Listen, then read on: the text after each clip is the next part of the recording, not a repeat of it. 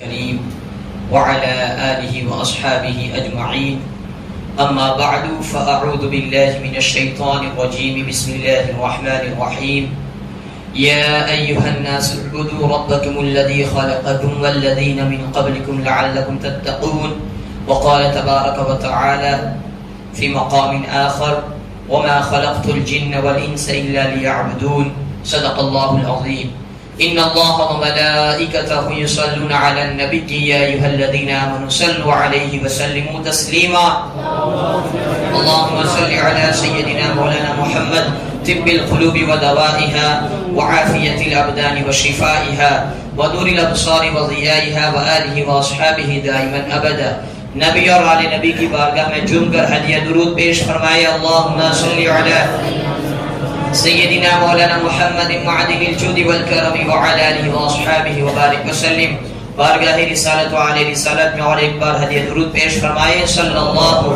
علی النبی الامی وآلہ صلی اللہ علیہ وسلم صلاة و سلام علیک یا رسول اللہ صلی اللہ تعالی علیہ وسلم. گزشتہ جمعہ نے نفس کے تعلق سے، شیطان کے تعلق سے، ان کی شرارت کے تعلق سے سماعت کیا اور کما حق جو بیان کرنا تھا مطلب جو ٹاپک وغیرہ ہوا نہیں. بہرحال انشاءاللہ تو اللہ تعالیٰ فرماتا ہے اس آیت کی مطلب بہت وضاحت بھی میں کر چکا. یا ایھا الناس اعبدوا، اے لوگو تم اس رب کی عبادت کرو، ربکم الذی خلقکم یعنی جس نے تمہیں پیدا کیا، والذین من قبلکم اور جس نے تمہارے پہلوں کو بھی پیدا کیا، یعنی سب کو پیدا کرنے والا اللہ تعالی ہی ہے. اور یہ پیغام، یہ میسیج، یہ اللہ کا فرمان عام ہے ہر بندے کے لیے، ابن آدم کے لیے، پوری انسانیت کے لیے، کہ ہر ایک کو چاہیے کہ وہ ایک خدا کی عبادت کرے، ایک خدا کو جانے، ایک خدا کو مانے. اس لیے کہ چاہے کوئی بھی بندہ ہو، چاہے کیسا بھی انسان ہو، چاہے کسی مذہب، کسی فرقے، کسی دھرم، چاہے کسی بھی ریلیجین کا وہ ماننے والا ہو، فالوورز ہو، لیکن حقیقت میں اس کو پیدا کرنے والا کون ہے؟ اللہ تعالی ہے. تو جب اللہ تعالی نے اس کو پیدا کیا تو پھر اللہ تعالی ہی کی عبادت کی جائے. اور اسی رب نے اپنے فرامین کو ہمارے سامنے اللہ کے رسول صلی اللہ علیہ وسلم کے ذریعے اور کم و بیش 1,24,000 یا 2,24,000 پیغمبروں کے ذریعے جو پہنچایا، اسی کو دین کہتے ہیں، دین اسلام کہتے ہیں، مذہب اسلام کہتے ہیں. یعنی اب اللہ تعالیٰ نے جو فرمایا ہے وہ ہم کہاں ڈھونڈنے جائیں گے؟ تو پھر اللہ تعالیٰ نے بتا دیا کہ تم نے جو میری عبادت کے، مجھ سے قریب ہونے کے جو راستے تم نے ڈھونڈے ہیں وہ راستے بالکل غلط ہے. اگر تمہیں مجھ سے قریب ہونا ہے اور میری فرما برداری کرنا ہے تو یہ بھی میرا فرمان سن لو، ان الدین عند اللہ الاسلام، صرف دین، مذہب اسلام ہی ہے اللہ کے یہاں پسندیدہ. لہذا کامیابی کی سیڑھی، کامیابی کا طریقہ مذہب اسلام ہے. تو جب ہم انسان کو دیکھتے ہیں، جب اللہ تبارک و تعالیٰ کا یہ پیغام اور یہ فرمان اس کے لیے ہے، حالانکہ جب ہم انسانیت کی بات کی جائے، اللہ تعالیٰ پوری کائنات کا خالق مالک ہے، لیکن یہ بھی نکتے کی بات ہے کہ یہ انسان اللہ تبارک و تعالی کی آخری مخلوق، سب سے آخری مخلوق.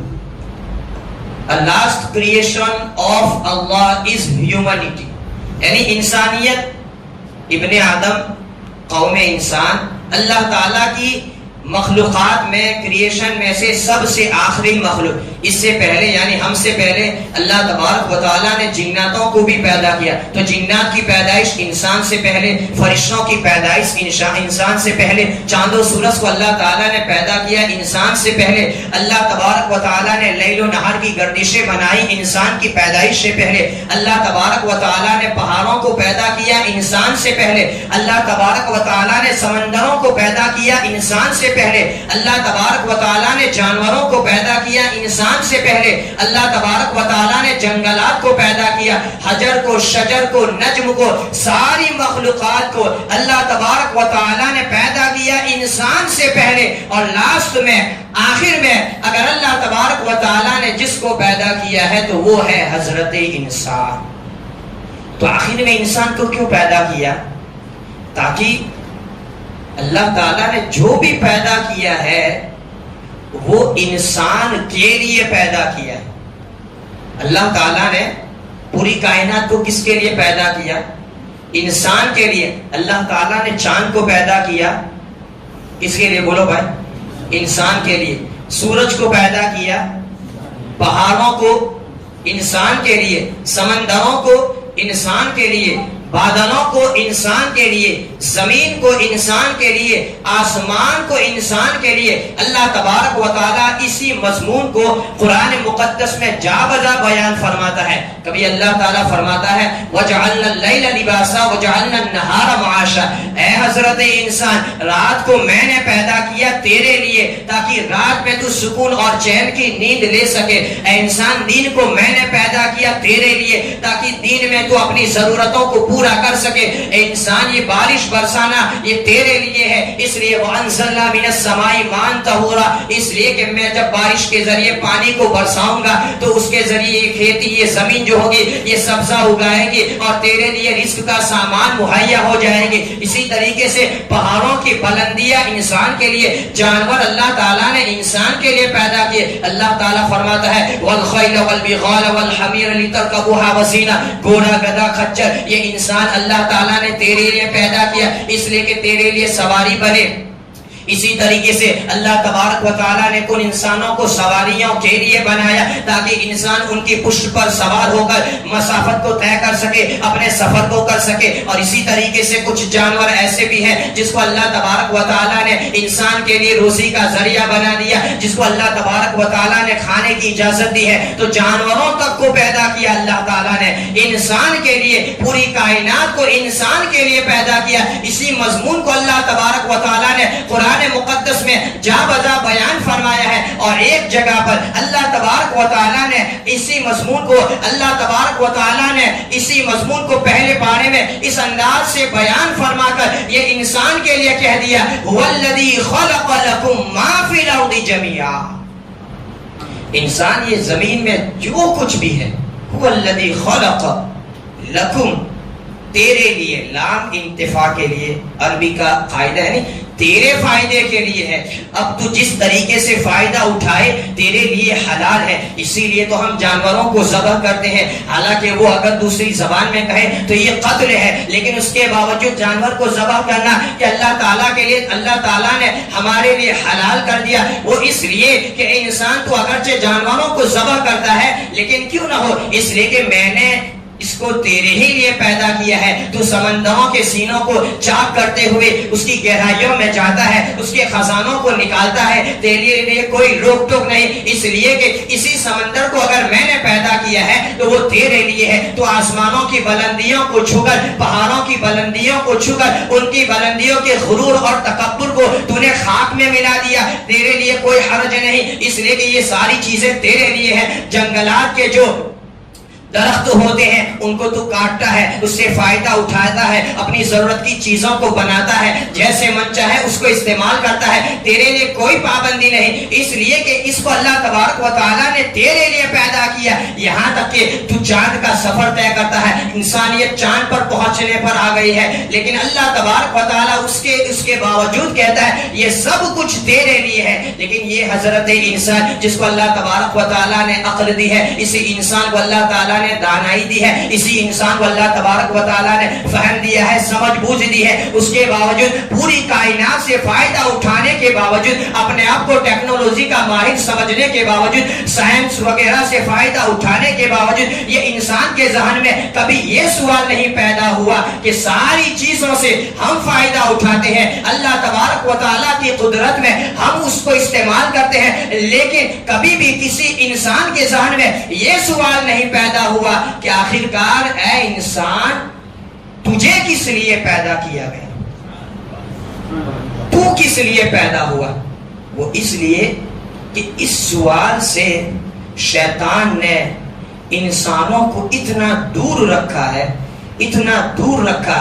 کہ اگر انسان اس سوال کو سمجھ جائے تو شیطان کی ساری فریب کاریاں، اس کی ساری چال چلنے یہ بیکار ہو جائے، کیونکہ اس نے تو قسم کھا لی ہے ثم لآتینہم من بین ایدیہم ومن خلفہم وعن ایمانہم وعن شمائلہم فلا تجد اکثرہم شاکرین۔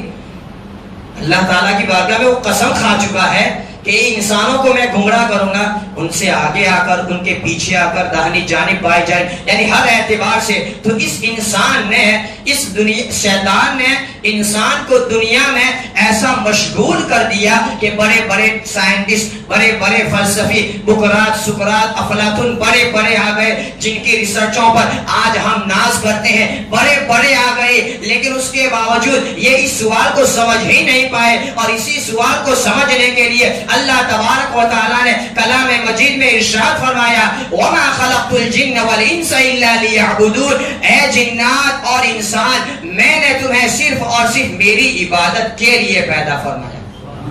تو سوال کا جواب مل گیا، اللہ تعالیٰ نے ہمیں کیوں پیدا کیا؟ اس کی عبادت کے لیے۔ اور جب عربی کی بات کرے تو اللہ تعالیٰ نے یہ نہیں کہا کہ میں نے جنات اور انسان کو عبادت کے لیے پیدا کیا، اس میں حصر کا فائدہ، جب نفی ملتی ہے تو اس بات کا فائدہ مع حصر، یعنی صرف اور صرف جنات اور انسان کو اللہ تعالی نے عبادت ہی کے لیے پیدا کیا، صرف عبادت کے لیے پیدا کیا۔ یہ جنات بھی ہے، اللہ تعالیٰ کی ان دو مخلوقات کے علاوہ کوئی بھی مخلوق عبادت کی پابند نہیں ہے۔ سورج پر کوئی بات نہیں، چاند، آسمان، زمین، چونکہ اللہ تعالیٰ نے ان کو عبادت کے لیے پیدا کیا ہی نہیں ہے، لیکن اس کے باوجود یہ مخلوقات اللہ تبارک و تعالیٰ کی اطاعت و فرما برداری میں ایسی پابند ہے۔ کبھی آپ نے سورج کو دیکھا کہ وہ حکم خداوندی کی نافرمانی کرتے ہوئے 1 منٹ لیٹ سے وہ طلوع ہوا ہو؟ کبھی آپ نے سورج کو دیکھا کہ وہ 1 منٹ تاخیر سے غروب ہوا ہو؟ کبھی آپ نے ہواؤں کو دیکھا کہ اللہ تبارک و تعالیٰ کے حکم سے عدولی کرتے ہوئے ہواؤں نے اپنے رخ کو بدلا ہو؟ کبھی بھی آپ نے دیکھا کہ انسان اور جنات کے علاوہ کوئی مخلوق ہو جس نے رب کی نافرمانی کی ہو؟ حالانکہ ان کا کام عبادت نہیں ہے، بلکہ ان کا کام انسان کو پیدا فرمانا ہے۔ لیکن اللہ تبارک و تعالیٰ نے جس مخلوق کو عبادت کے لیے پیدا کیا ہے، وہی مخلوق اللہ تبارک و تعالیٰ کی نافرمانی کرتی نظر آ رہی ہے، چاہے وہ انسان ہو چاہے وہ جنات ہو۔ جنات کی جب ہم بات کریں تو اللہ تبارک و تعالیٰ نے انسان سے پہلے جناتوں کو پیدا کیا، عبادت کے لیے پیدا کیا، لیکن یہ جنات انہوں نے فساد مچایا، انہوں نے خود روزیہ کی، آپس میں لڑائی جھگڑے کیے۔ جب ان کے لڑائی جھگڑے اور ان کے فساد جب زیادہ ہونے لگے تو پھر اللہ تبارک و تعالیٰ نے فرشتوں کے ذریعے ان جناتوں کو جزیروں میں ہانک دیا اور پہاڑوں کی طرف ان کو دھکیل دیا۔ اسی لیے تو جب اللہ تبارک و تعالیٰ نے اپنے فرشتوں کے درمیان میں جب اللہ تبارک و تعالیٰ نے یہ بات رکھی وَإِذْ قَالَ رَبُّكَ لِلْمَلَائِكَةِ إِنِّي جَاعِلٌ فِي الْأَرْضِ خَلِيفَةً، کہ جب اللہ تبارک و تعالیٰ نے کہا کہ میں اسی زمین پر اپنا ایک خلیفہ بنانے والا ہوں، تو فرشتے کیا کہتے ہیں؟ کیا تو ان لوگوں کو پیدا کرنے والا ہے جو خون ریزیاں کرے، جو زمین میں فساد مچائے؟ تو فرشتوں نے یہ کیوں کہا؟ کیونکہ اس سے پہلے اللہ تعالیٰ نے جناتوں کو بھی عبادت کے لیے پیدا کیا تھا، لیکن وہ جنات خون ریزیاں کرنے لگے، فساد مچانے لگے جیسا کہ ہم کرتے۔ تو فرشتوں نے کہا کہ باری تعالیٰ، ہم تیری عبادت کرتے ہیں، ہم تیری تسبیح پاکی بیان کرتے ہیں، تو اب عبادت ہی مقصد ہے، تو پھر اس انسان کو تو نہ پیدا کر۔ لیکن اللہ تعالیٰ نے کہا انی اعلم ما لا تعلمون، جو میں جانتا ہوں وہ تم جانتے نہیں ہو۔ تو جو انسان، جو فرشتوں کا جو قیاس تھا وہ بالکل صحیح تھا۔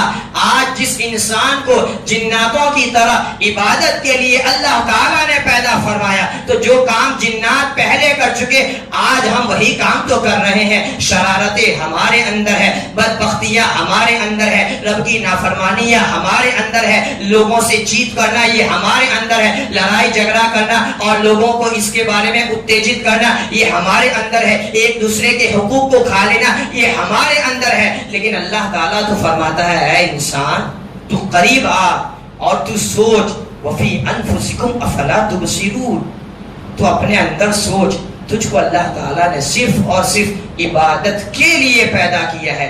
اگر یہی بندہ اسی چیز کو پکڑ کر رکھے تو دنیا بھی اس کی کامیاب ہے اور آخرت بھی اس کی کامیاب ہے. ورنہ اگر وہ انسان جو چاند کے سفر کو طے کرتے ہوئے اپنے آپ پر فخر کرتا ہے، جو پہاڑوں کی بلندیوں کو چھو کر جس کو غرور محسوس ہوتا ہے، جس نے آسمانوں کی بلندیوں کو چھو کر اپنے آپ کو ماہر سمجھا ہے، یہ تیری دنیاوی کامیابی تو ہو سکتی ہے لیکن ہرگز اس کو اخروی کامیابی کی دلیل نہیں دی جا سکتی ہے. لیکن ساتھ ہی ساتھ ہمیں یہ بھی ہوتا ہے کہ اللہ تعالیٰ تو فرماتا ہے کہ صرف اور صرف عبادت کے لیے تو کیا ہم 24 گھنٹے عبادت ہی کرتے رہے، نمازیں ہی پڑھتے رہے، تلاوت ہی کرتے رہے، مسجدوں ہی میں بیٹھے رہے؟ اسی رب کی بارگاہ میں ہم مؤدبانہ گزارش کرتے ہیں کہ باری تعالیٰ تیرا فرمان ہمیں سمجھ میں آ گیا کہ تو نے ہمیں عبادت کے لیے پیدا کیا ہے، لیکن باری تعالیٰ تیری بارگاہ میں یہ عرض ہے کہ جب تو نے ہمارا جسم بنایا تو ایسا جسم بنایا کہ بھوک کی حاجت تو نے ہمیں عطا کی، پیاس کی شدت اور جو حاجت اور ضرورت ہے وہ تو نے عطا فرمائی. باری تعالیٰ اگر ہم تیری عبادت ہی کرتے رہتے ہیں تو یہ بھوک کا کیا ہے، پھر ہم پانی کیسے پئیں گے؟ اسی طریقے سے اگر اللہ تبارک و تعالیٰ نے ہمیں عبادت کے لیے پیدا کیا ہے تو ہمیں اولادوں سے اللہ تعالیٰ نے نوازا ہے، بیوی کے حقوق بھی ہمارے اوپر عائد ہے. تو جب ہم عبادت ہی کے لیے پیدا کیے گئے ہیں تو کیا ہم جنگلات میں چلے جائیں، اپنے اولادوں کو گھر بار میں چھوڑ دیں، ان کی ضرورتوں کا کچھ خیال نہ رکھے؟ اسی طریقے سے ہمارے ماں باپ بھی ہیں، اسی طریقے سے دیگر رشتے دار ہیں. تو ایک طرف تو اللہ تعالیٰ کا فرمان ہے کہ صرف اور صرف عبادت کے لیے، تو دوسری جانب اولاد اللہ تعالیٰ نے عطا فرمائے، نیک رشتے اللہ تعالیٰ نے بنائے ہیں، ضرورتیں اللہ تبارک و تعالیٰ نے ہمیں دی ہے. اسی طریقے سے صرف تیرا ذکر ہی کرتے رہے تو اے انسان تو نے عبادت کے تصور کو اتنا ہلکا سمجھا ہے تو اللہ تبارک و تعالیٰ کی بارگاہ سے اپنی چھوٹی سی فکر کو پیش کر کے کیا یوں مایوس ہو جاتا ہے؟ اے انسان سن لے، اگر اللہ تعالیٰ نے تجھے عبادت کے لیے پیدا کیا ہے تو اسی رب نے عبادت کے تصور کو اتنا وسیع بیان فرمایا ہے، عبادت کا ایسا خلاصہ کر دیا ہے کہ اللہ تبارک و تعالیٰ نے تیرے لیے عبادت کو اتنا آسان فرما دیا ہے. تو پانی پی، یہ پانی پینا بھی تیرے لیے عبادت بن جائے گا. تو کھانا کھاتا ہے، یہ بھی تیرے لیے عبادت بن جائے گا. تو گھر سے نکلتا ہے رزق کی تلاش میں، یہ بھی تیرے لیے عبادت بن جائے گا. تو اپنی جورو کے ساتھ بیٹھتا ہے اور حسین لمحے گزارتا ہے، وہ بھی تیرے لیے عبادت بن جائے گا. الغرض 24 گھنٹے تیری مٹھی میں ہے، تیرے کنٹرول میں ہے. تو چاہے تو باہر گھوم پھر کر مسجدوں کو چھوڑ کر اس 24 گھنٹے کو عبادت بنا سکتا ہے. شرط یہ ہے کہ تو جو بھی کام کرے اس کی اطاعت و فرما برداری میں رہ کر کرے.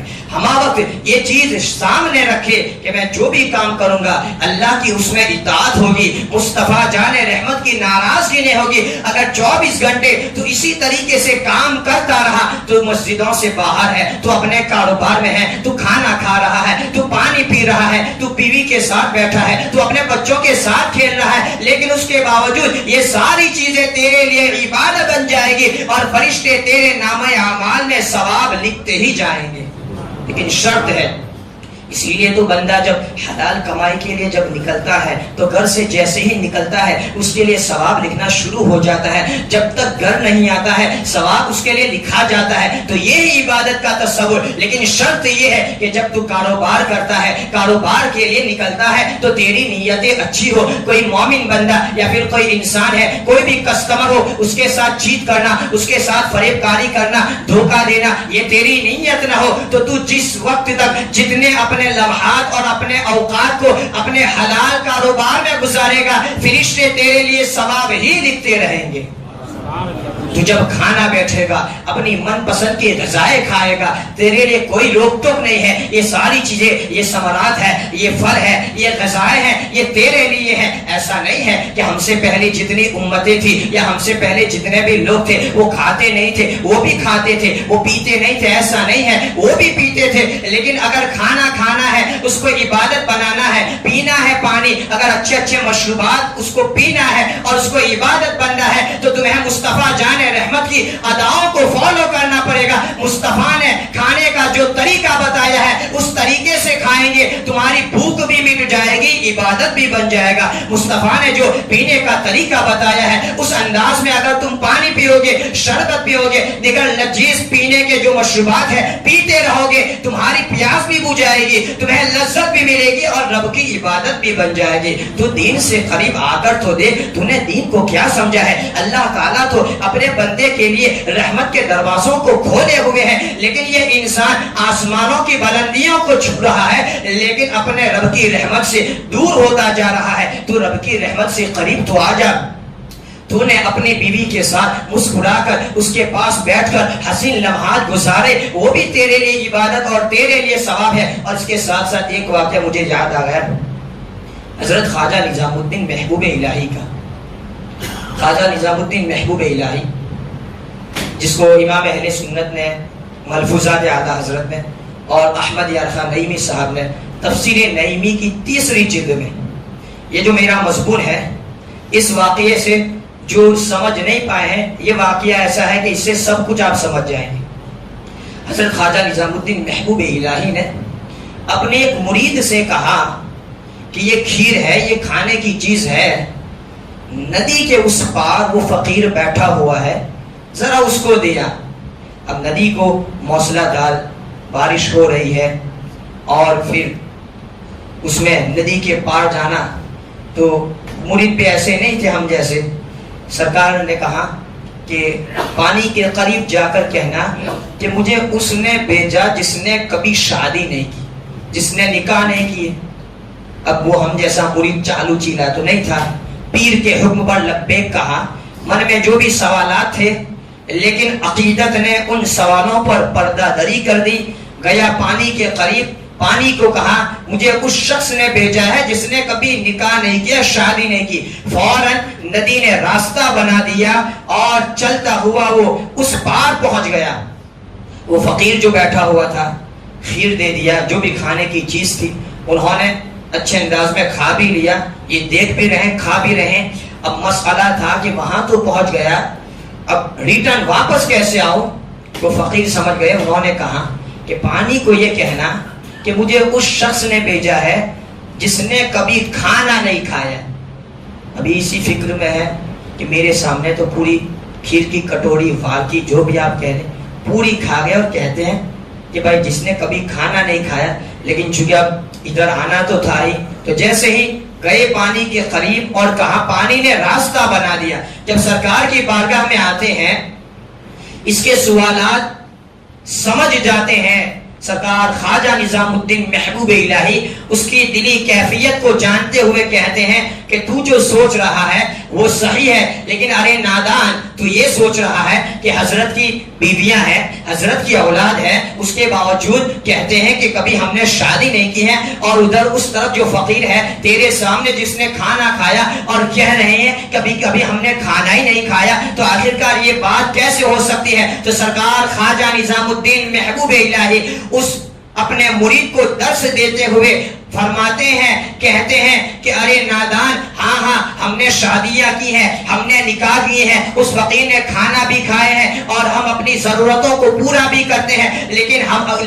کبھی بھی ہم اپنی ضرورتوں کو اپنے نفس کے لیے پورا نہیں کرتے ہیں، بلکہ اس کو اللہ تبارک و تعالیٰ کی عبادت اور مصطفیٰ کی فرما برداری سمجھتے ہیں۔ لہذا ہم نے کوئی بھی کام اپنے نفس کے لیے نہیں کہا، یعنی ہم جو پانی بھی پیتے ہیں وہ نفس کے لیے نہیں پیتے ہیں، ہم کھانا بھی کھاتے ہیں تو اپنے نفس کے لیے نہیں کھاتے ہیں، ہم شادی بھی کرتے ہیں تو اپنے نفس کے لیے نہیں کرتے ہیں۔ لہذا اس کا مطلب یہ ہوا کہ اس شخص نے بھیجا ہے جس نے کبھی اپنے نفس کے لیے نہ تو کھانا کھایا، نہ تو پانی پیا، نہ تو نکاح کیا، تو یہ کہنا بالکل صحیح ہے۔ تو یہ بزرگوں نے کھانا پینا نہیں چھوڑا، تو یہ بزرگان دین نے شادیاں بھی کی ہے، نکاح بھی فرمائے ہیں، ان کی اولادیں بھی ہیں، ان کے دیگر کام بھی تھے، لیکن انہوں نے اپنے پورے کاموں کو مصطفیٰ کی شریعت کا ایسا جامہ پہنا دیا، اللہ تبارک و تعالیٰ نے ان کی پوری زندگی کو اپنی عبادت بنا دیا۔ تو یہ ہے جیون جینے کا سلیقہ۔ آپ کا کوئی بھی لمحہ اطاعت خداوندی اور مصطفیٰ کی رضا کے علاوہ میں گزرنا نہیں چاہیے، تو یہی تمہارے لیے عبادت ہے۔ حلال کماؤ، کتنا بھی کمانا ہے، کوئی روک ٹوک نہیں، مال جمع کرو، کوئی روک ٹوک نہیں، مباح ہے، لیکن شرط یہ ہے کہ اگر تمہاری کمائی سے مصطفیٰ ناراض ہے تو یہ تیرے لیے عبادت نہیں بلکہ تیرے لیے وعید ہے اور تیرے لیے جہنم کا سامان مہیا کرنا ہے۔ اپنے گھر جا، ماں باپ کے چہرے کو دیکھ لے۔ حضور کی شریعت، مصطفیٰ جان رحمت کا فرمان عالی شان، جس نے خوشی کی حالت میں مسکراتے ہوئے اپنے والدین کے چہرے کو دیکھا، اللہ تبارک و تعالی اس کو اس کے بدلے میں حج مبرور کا ثواب عطا فرمائے گا۔ کتنی ہلکی عبادت، یعنی کتنا آسان ہے۔ صحابہ نے عرض کیا یا رسول اللہ اگر کوئی 100 مرتبہ دیکھ لے، سرکار فرماتے ہیں اگر 100 مرتبہ دیکھے دن میں تو 100 مرتبہ حج مبرور کا ثواب ہے۔ جس حج کے لیے اتنی تکلیفیں برداشت کرتے ہوئے پیسے خرچ کرنے کے بعد تم مکہ مدینہ پہنچتے ہو، اللہ تبارک و تعالی نے اور مصطفیٰ جان رحمت کی شریعت نے تمہارے لیے تمہارے گھر میں دن میں کئی بار حج مبرور کا سامان مہیا فرما دیا ہے۔ اپنی عورت کے ساتھ مسکرا کر باتیں کرتے ہیں، بیٹھتے ہیں، اللہ تبارک و تعالیٰ اس پر بھی ثواب عطا فرماتا ہے۔ بچے جو ہوتے ہیں بچوں کے حقوق ادا کرتے ہیں، اس پر بھی ثواب۔ بلکہ امام اعظم ابو حنیفہ نعمان بن ثابت جو ہمارے امام ہے، آپ تو فرماتے ہیں ہمارے یہاں کا جو مسئلہ ہے امام اعظم کا کہ فرض نماز کے بعد بیوی بچوں کی پرورش میں ان کے لیے رزق کی تلاش میں نکلنا نفل نماز سے بھی بہتر ہے۔ یعنی ایک بندہ مسجد کے کونے میں رہ کر نفل پڑھتا رہتا ہے اور بیوی کی طرف، اولاد کی طرف، ماں باپ کی طرف اس کی کوئی توجہ نہیں ہے، تو امام اعظم کے یہاں کیا مسئلہ ہے کہ اولاد، بیوی، ان کی پرورش اور ان کے لیے رزق کی تلاش میں نکلنا نفل نمازوں سے بھی بہتر ہے۔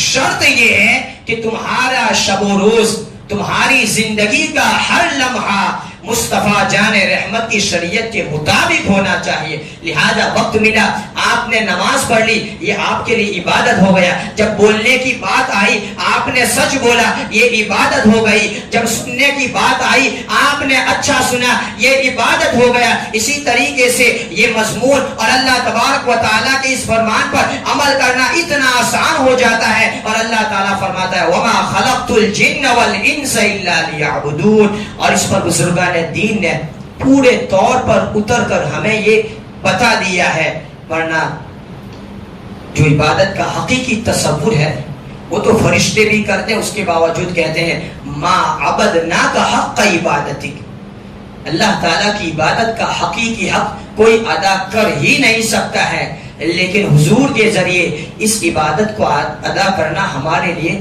اتنا آسان ہو گیا ہے، ہمارے لیے اتنا سہل ہو گیا ہے۔ تو انسان کو اپنے اندر ہی سمجھنا ہے، اپنے شب و روز کو، ایام کو، وقت کو ایسا سمجھے کہ جو بھی کرتا ہے وہ صحیح ہونا چاہیے۔ اگر غلط کیا تو دنیا میں بھی آپ کو بھگتنا پڑے گا اور آخرت میں بھی وہ بچا رہے گا، دینا ہی ہے، کوئی چھوٹے گا نہیں ہے۔ پڑوسی ہے اس کے ساتھ مل جل کر رہو، یہ عبادت ہو گئی۔